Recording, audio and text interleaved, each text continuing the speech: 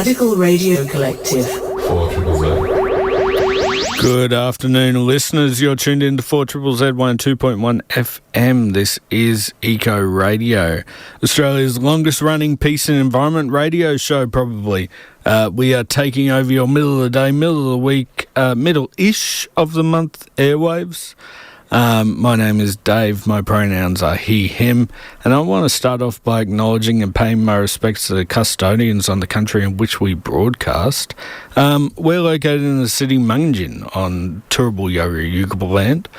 I also want to acknowledge and pay my respects to all Aboriginal and Torres Strait Islander people who are listening in today. Our radio waves reach Cubby Cubby and Unibara country in the north, Waka Waka country in the west. In the east, we pay our respects to the Quandamooka people, and down south we reach the Commonwealth, Nigaragua, Manjali, Wanjarabara, Yugambeh and Bunjalung countries.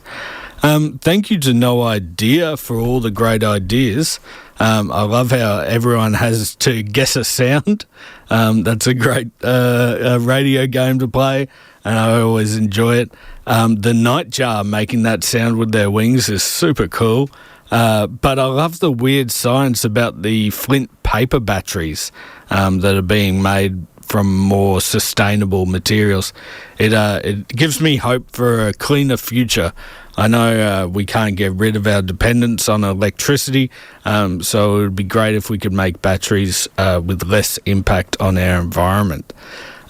Today on the program, I'm going to be replaying a report I did all the way back in 2021. Jeez, that feels like an age ago. When I went to Reverse Garbage Queensland, I talked to May about how RGQ are saving useful material from going to landfill. So that's something we'll be looking forward to today.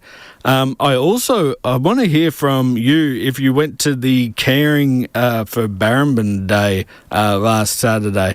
I wasn't able to attend, but let me know how it went. What were the highlights? What did you enjoy about the day?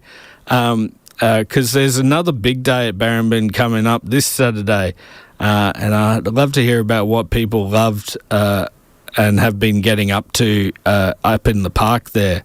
That would be really nice. Our text line is 0420626733. So let me know about what you've been getting up to at Barrambin at Victoria Park, because it's a great place to enjoy while we still can.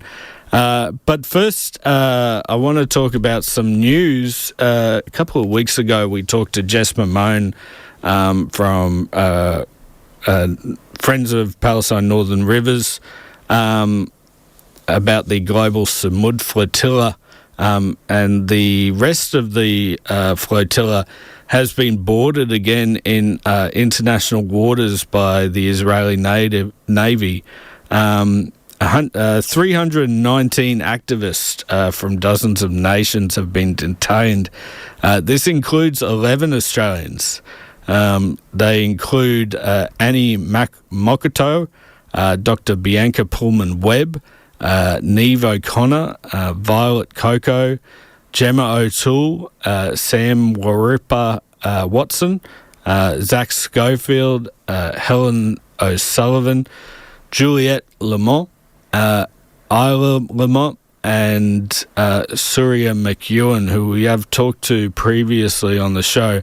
The flotilla left Turkey last week, set to break the naval blockade and provide food, water and medicine to the people of Gaza. The Israeli blockade has been described by the UN as a direct contravention of international human rights and humanitarian law. As of this morning, the Department of Foreign Affairs and Trade here in Australia was still urgently seeking details about the status of the 11 Australians that have been arrested by the Israel's Navy. However, Global Samud Flotilla spokespeople have said that the flotilla participants have been detained, and they've been detained in Ashdod and will be transferred to the Ketziot prison. Reuters has also reported that Israeli forces opened fire on at least 2 vessels, but Israel said no live ammunition was used and there were no casualties. This is all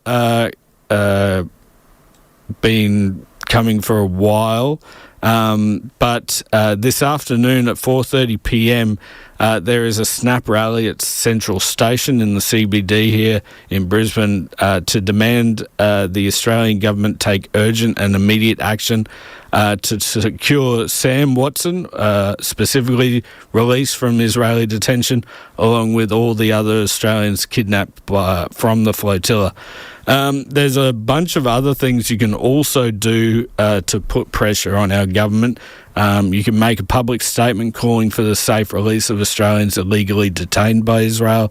You can contact Penny Wong and Anthony Albanese, requesting that they demand the safe release of Australian humanitarian volunteers. You can publicly condemn Israel's kidnapping of Australian citizens, and we can stop arming and supporting Israel. And that's some news I've got for you. That rally is at 4:30 p.m. At Central Station in the CBD. Maganjan, Brisbane's biggest inner-city parkland is under threat of closure, sale and concrete. 64 hectares and 4,000 trees are at stake. The state government prefers Olympic stadiums and private high-rise development. The real price tag is unknown and escalating. We, the public, were not consulted. The Premier promised no new stadiums. There are cheaper, better options. This is not a done deal. We can stop this. Unless you act fast, our heritage park will be fenced off for 6 years by Monday the 1st of June. To get involved, go to SaveVictoriaPark.com and visit the park while you can. Save Victoria Park is a proud sponsor of 4ZZZ. You are listening to 4ZZZ. This is Eco Radio. My name is Dave, and we just heard them from Guerrilla with the song that is titled A Band Slogan in Queensland. We got a text in from a non-sub. Hello, non-sub. They said, solidarity and peace for Ukraine and Sudan. Free Ukraine from the Nazi Russian regime. Free everyone. Free West Papua, free Kanaki, free Tibet, free the Uyghurs.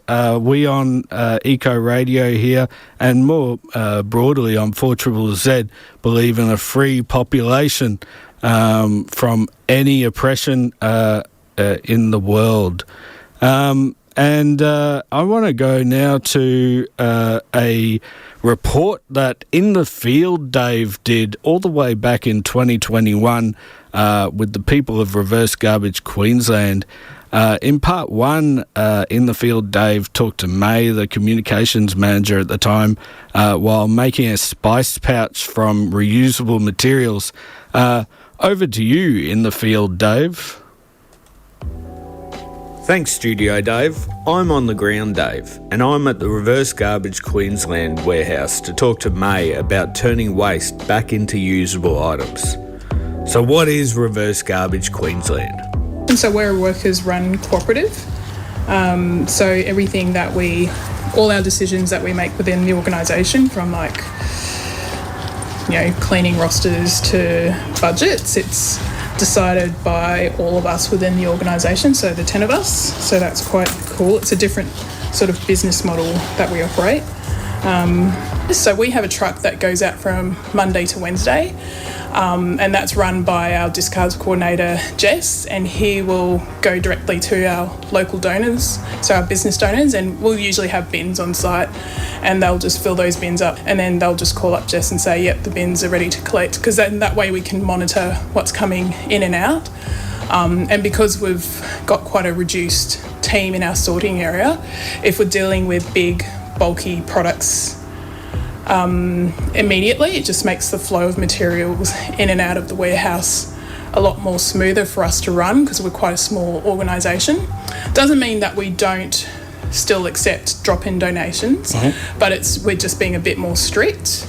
And then we make sure that if people do call up and say, look, I've got this or that to donate, if we're not in position to take it, then we've got our little network of other reuse and recycling centres that we can refer them to. And then that way we're making sure that we're not just sending them away to for it to end up in landfill, but we're actually giving them other options just to let them know, like, this is what the recycling and reuse community looks like in Brisbane, and these are all the people that you could go to as well, not just us. So that's good. But yeah. All right. So let's get started. So we might move over to our little workbench over there and get set up. So Reverse Garbage collects clean and reusable waste and organises it so that the general public can come to their warehouse and find materials to make another loop in the circular economy. I wanted to make something while we talked, and after seeing some pre-formed plastic bottles, I thought that they would make a perfect travelling spice kit to take in your lunchbox or out camping. all right, so let's get started on this spice bag. That should be safe for camping, which means being able to be waterproof, sunproof, okay if it gets a little bit of dirt in it, easy to clean. Yeah, which is all the properties of this vinyl. I mean, just looking around the shop, there's like so much material. There's excess sheepskin. Yeah, that's it. Some great stuff that you can use for wadding. Yeah, to absolutely. insulate things. Yeah. And yeah, that sort of stuff would just go to waste. Yeah, absolutely. And it's because it's the tiny little scraps that you couldn't really use for anything really. Is that those are the sorts of things. Anything that we're trying to commercial. say. Yeah. But us as like little makers, that's can it. just make these one-off things. Yeah, absolutely. Yeah. Let our creativity run wild. Yeah, that's exactly it. All right, so let's get started. So here's our little sample. Reverse Garbage strives for a circular economy. However, currently Australia operates in a linear economy, and we produce about 76 million tonnes of waste each year. The linear economy works resource, waste. Yeah, that's it. There's one way in and there's one way out for all your materials that you consume. For a circular economy, it's your starting point is your end point. So you're reusing all your materials and you're incorporating small businesses into that process of reuse. Now, that's looking at if you're looking at a pure circular economy, but how we operate in Brisbane is that we will have our yellow bin collectors, and then we'll have a whole lot of networks of local community organisations that will support that. I'll call it the yellow bin network. So we've got the op shops like us. So you, with your best intentions, you will donate your goods, your textile goods to op shops, and they will take what they can in order to put it back into the economy or put it back into the market to resell. And then us, we purely collect different types of goods as tip shops, but it's a similar concept. So with the best of intentions, you're going to donate your things that you no longer have a purpose for, and then we'll see if we can put them back into the local community for resale. And then you've got other operators like the computer guys in Fortitude Valley Substation 33 who will actually take your goods and break them down into smaller components or fix them and then put them back into the economy as well. So you've got your retail and then you've got your wholesale all working just to keep things, not put any more new resources into the economy. Yeah. I feel like I over-explained it, but the easiest way to look at it is one is a long line and one is a circle. Yeah. About 12.8 million tonnes of waste comes from the manufacturing sector, while 12.7 comes from the construction industry. Reverse Garbage Queensland wants to stop that going into landfill. Were you surprised about how much waste perfectly good materials become? Yeah, absolutely. And the frequency in which it arrives. So we have pretty much a backlog of pickups happening, and we usually say that as on average that we're collecting about 2 tonnes of waste a week, which for us it's about 16, 32, so that's about 48 wheelie bins that we have the capacity to collect in a week. And then we still have some more on top of that coming through. So for us, like, and Anne, who's one of the workshop facilitators, said, like, we've been around for 20 years. The reverse garbage in Sydney has been around in 40 years. Like, the initial concept of this organisation was that we would eventually reach a point where we are redundant, but that hasn't happened yet, which means that it's great that we're connecting with these local businesses, but there's almost this missing step of, is there an organisation that we could work with in order to fill the gap of education, or even in a business development sense for these small businesses, so we're not just the quick solution for their waste, which it feels like it is sometimes when we just have like bins and bins just rolling in of like clean, usable materials.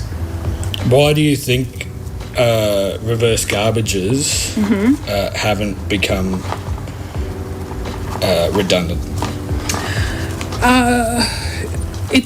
I think it's multi-level. I don't think there's enough government support to help small businesses plan long-term for managing their waste sustainably.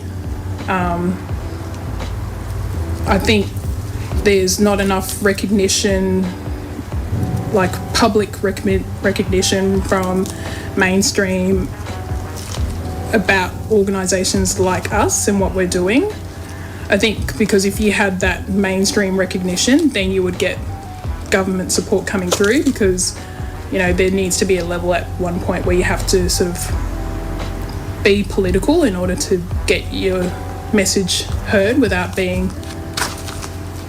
shouting, I think. And until that happens, really, we're still gonna be here chugging along, which is good for us as a business, but it's quite scary to think that, you know, there's just increased waste that continues to come through, really. Yeah. I think a lot of people are becoming more aware of their waste. Yeah. But how can people we make things. Yep. But how can people on an everyday basis use the reverse garbage absolutely system? Yeah. I think for us, it's if you want to get into really understanding DIY repair, I think would be a great entry point for families. Then we are, I think, great for that. I think, there's a really positive movement towards, low waste living and just cleaning up how you actually consume within the household. And so I think for us as an organisation, we're always happy to have people come in and just explore, and just, even if they don't have an idea, just to come in and get ideas of what they can actually do with their own waste. And then look at the types of materials that people are actually, businesses are actually giving away, and how they could actually limit their own footprint in their home. So there's that. But yeah, for me, I think if you're wanting to sort of green up your own sort of home and sort of your behaviours, and I think DIY's repair is probably the best way to go about it, because then you're looking at things that you already have in your home and how you can fix them and how you can prolong their life. And we have a lot of materials that could be used for that. Like, even with what we're doing now, if you had, I don't know, a chair that had got a tear, you could use the same felt and the same thread, which came to us as donations, to fix your couch. Or if you had like a hole in your kid's school bag, you could just use a patch of that, of the vinyl that you're using to make your spice pouch, to make those repairs. Or you could even have your child just make the repair for, do their own repair. So it's just looking at those small little entry points into being a bit more of a conscious consumer, I think. Do you have a favourite tip for people who want to do their own DIYing to get started in DIY? My favourite tip, I would say go for it's because it's something that everyone has with go for your clothing repair. Like, go for like the hole in the crotch and fixing that, because anyone can sew, really. Like, it's just, you know, in out. It's a really basic weave, and then take it from there, really. If also look into your local Facebook groups with Zero Waste Brisbane or Zero Waste North Brisbane, South Brisbane.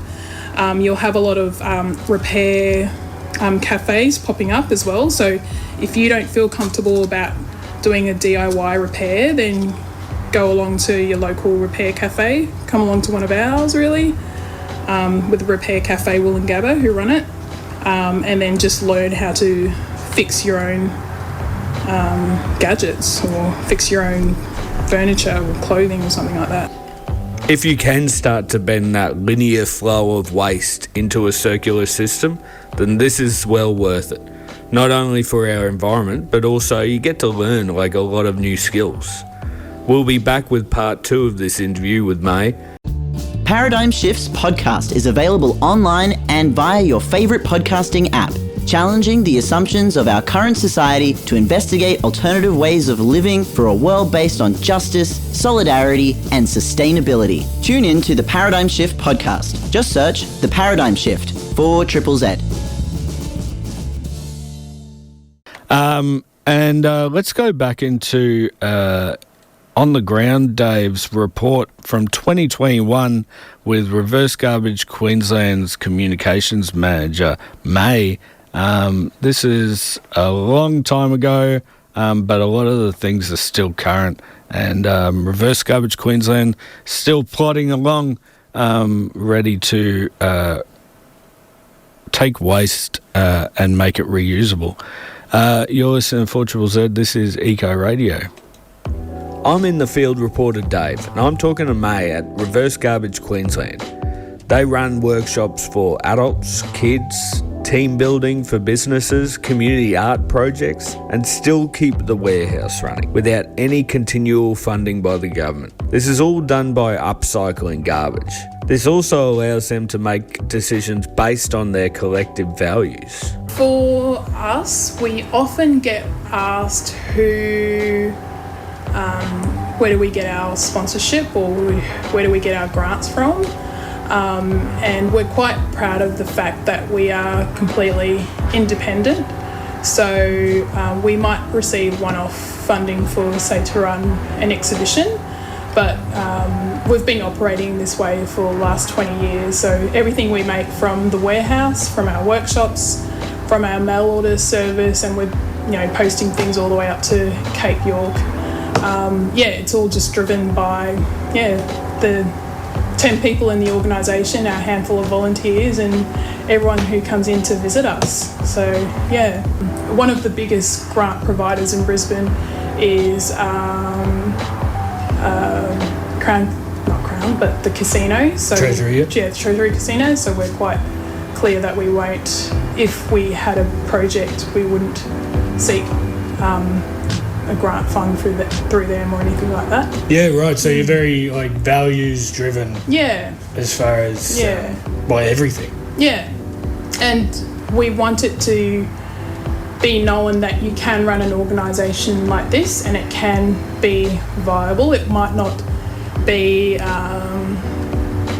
present as as clean and as pretty as IKEA at a Green Heart Fair, but it works, and the people within the organisation are invested in it. Linear economies provide for short-term thinking. We can get the most out of something in 5 years and then move on to the next resource, leaving all the waste in our tracks.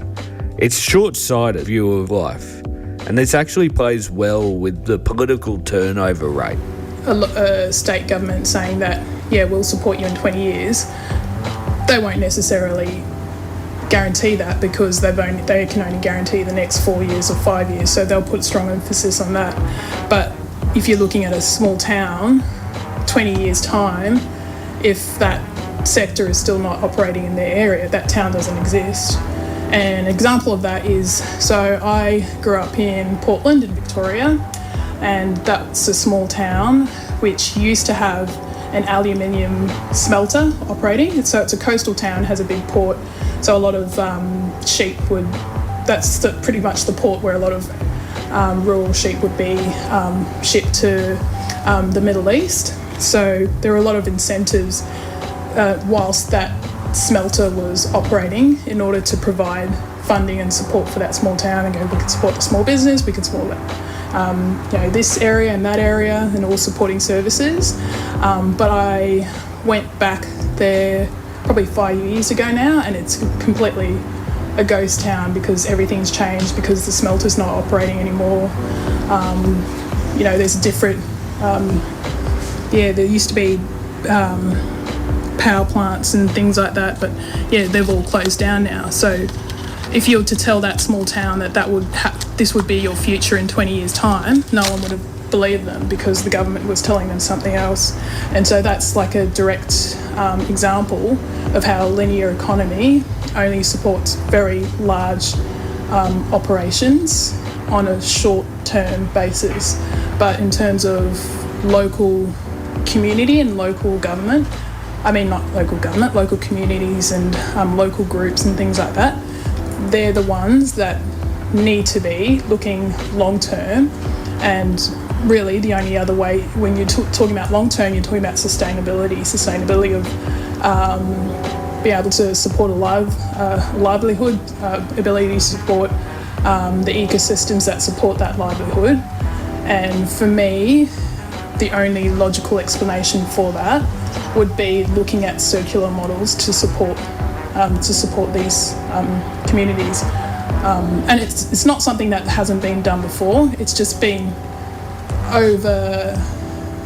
it's been overruled by another form. Like if you look at best example is looking at subsistence communities. And where do subsistence communities exist? They exist in non-Anglo-Saxon capitalist structures. So you're looking at farming communities in, say, like in the Pacific or in Southeast Asia. These are subsistence communities that have existed on a circular model in order to sustain their livelihoods.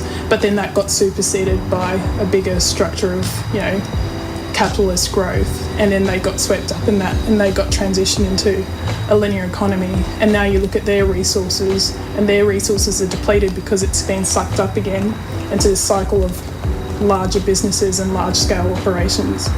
So, yeah. Do you think, like the different names for circular economies and linear economies is cradle to grave mentality, or cradle to cradle mentality? Do you think that's the number one difference between these two ideologies, I suppose, economies, is the longevity factor?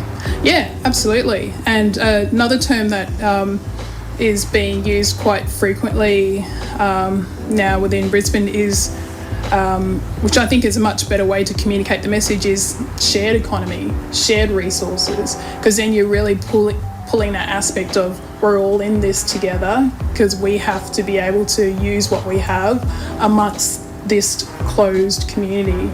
And so, one simple word can completely change the mindset of how we actually look at our resources, really. So that's why you prefer to use shared economy instead of circular? Yeah, I think so. It's easier to explain. Yeah, easier to explain than my long-winded macroeconomic in 5 minutes thing that I spat out before. It does seem pretty self-explanatory that everything is trying to be shared as much as possible. Yeah, absolutely. That's it. Or as we say, waste is not something that is, it's something you do. A shared economy is the way human beings have behaved for the vast majority of our existence. Reverse Garbage Queensland and other organisations like it are giving us a way to reuse everything we can. So instead of going to a big store that has a barbecue outside, go to a recycling shop and see if you can make another circle in our economy. I'm in the field reporter Dave, and this has been my interview with May from Reverse Garbage Queensland. Back to you in the studio, Dave. Oh, thank you for that in the field, Dave. That was a lovely report coming all the way back from 2021. What's that, like 5 years ago now? Is kind of nuts. Reverse Garbage Queensland is still going. I want to be completely transparent with everyone. At the time of that report in 2021, I was not employed or volunteering with RGQ. It was just a place that I like to go to gather materials to reuse, and it definitely fit the purview of our show here on Eco Radio. Since 2023, I did get employed. However, currently I'm not employed with them, and I'm only a volunteer with RGQ. RGQ is also a 4ZZZ subscriber discount outlet. So if that's something that interests you, if you're looking for materials, it's definitely a place for the 4ZZZ family to go to do that. I got a text in from Brad. Brad said, I've tried to be a reuse, repurpose, recycle lad through my life. I now live in the bush, so I'm even more careful. I think that's a really good idea, is that we tend to throw things out because it's convenient. It's inconvenient to repair your own jeans or shoes or make your own gear or backpack or, whatever. It's inconvenient to be a DIYer. But it does give you lots of benefits for that inconvenience. You learn skills, you learn how material works, how things work. You might become a woodworker. You could be a zine collager. There's tons of different things that you can do, and Reverse Garbage Queensland allows or gives you the opportunity to get some materials that are perfect for what you're doing, or maybe not perfect, but in the ballpark. It is National Volunteer Week, and so I just wanted to highlight a place that I volunteer at, as well as 4ZZZ. But if you want to become a volunteer with 4ZZZ, the first step to do that is to become a subscriber. If you subscribe to 4ZZZ, then you can start to volunteer. You can subscribe for as little as $25 for under 18s, or concession is $40. A full subscription is $80. A passionate subscription is $140. And you get a T-shirt and tote that you can wear and use while you're volunteering. And if you subscribe this month of May, Thrill House Tattoo is giving away a subscriber prize. Thrill House Tattoo is proudly women and trans non-binary led tattoo studio, and they're giving away a discount, or I don't know what you call it, a gift card, so that you can get your new tattoo. Head to 4zzz.org.au/support, become a subscriber, become a volunteer. It's a great family to be a part of, from people in many different communities. we're almost done, but before we get cracking with the Bushcare Roundup, I want to play something educational for all the bush enthusiasts listening. This got sent to us by Frank at Bush Technique, and it's a great way to teach us all about the most dangerous thing in our bush. I'm talking about ticks. Thank you so much, Frank. This is Tickle Talking. Boom, kettle, boom, kettle, boom, kettle. Boom, tickle talking. Boom, kettle. Boom, kettle. Boom, kettle. Boom, tickle talking. Boom. If you got a tick, well, let's talk about it. I could put some light clear on, sort it out quick. Get a pair of tweezers, have a sound grip. Turn anti-clockwise around with a firm but gentle force. Of course, really try not to piss it off more, I'm sure. And if the light clear did its job right here, tick on you doesn't have much life force. So the main goal's getting out the head. If you don't like that, freeze it off instead. You can use any spray with an ether to get the little body feeling colder than a freezer. In 10 minutes it will be weaker. Brush little buddy off, you'll be feeling freer. Make sure the head's out and you disinfect the site. You can use tea tree to get you feeling right, or any other type of antiseptic is fine. If you don't do this you'll feel hectic down the line. Here's a fact about the tick that's a plus. Scientific name is Ixodes holocyclus. That was awesome. That was from Frank at Bush Technique with Tickle Talking. Now it's time for the Bushcare Roundup. It's the Bushcare Roundup. They've been pulling out weeds and then they put in trees. It's the Bushcare Roundup. All right, happening Saturday the 23rd, 9 a.m. You can start off with the Barrambin Wildlife Watch, then stay around because all day there's things to do at Barrambin and Victoria Park. There's a Streetside gathering. There's a wild art experiment. I know that there's boomerang making as well. So heaps to do Saturday 23rd at Barrambin, Victoria Park. At 9 a.m. as well, you can go to the Little Cabbage Tree Creek Bushcare Group Working Bee. That's Chermside Hills Reserve. On Sunday the 24th at 7 a.m, you can go to the Taringa Community Garden Working Bee. That's in Toowong, not Taringa. At 8 o'clock, you can go to the Ocean Crusaders Bremer River Cleanup. That's in Sadliers Crossing. At 8 o'clock as well, you can go to the Joiner Bushcare Working Bee. That's in Whiteside. At 9 a.m, the Sustainable B&E Festival is happening at Roma Street Parklands. That's all day. At 2 o'clock, you can go to the BirdLife Australia Bird Monitoring Workshop. That's happening out at Springbrook. And at 3 o'clock, you can go to the DeSoto Place Bushcare Working Bee. That's DeSoto Place in Forest Lake. And don't forget, this afternoon, 4:30 p.m, is the Snap Rally at Central Station to demand the Australian government take urgent and immediate action to secure Australians who have been kidnapped by the Israeli Navy, who are trying to get aid to Gaza. Thank you so much for listening in today. Stick around for the feedback loop with Imogen and Sophie. You've been listening to 4ZZZ. This has been Eco Radio. 4ZZZ. Radical Radio Collective. 4ZZZ.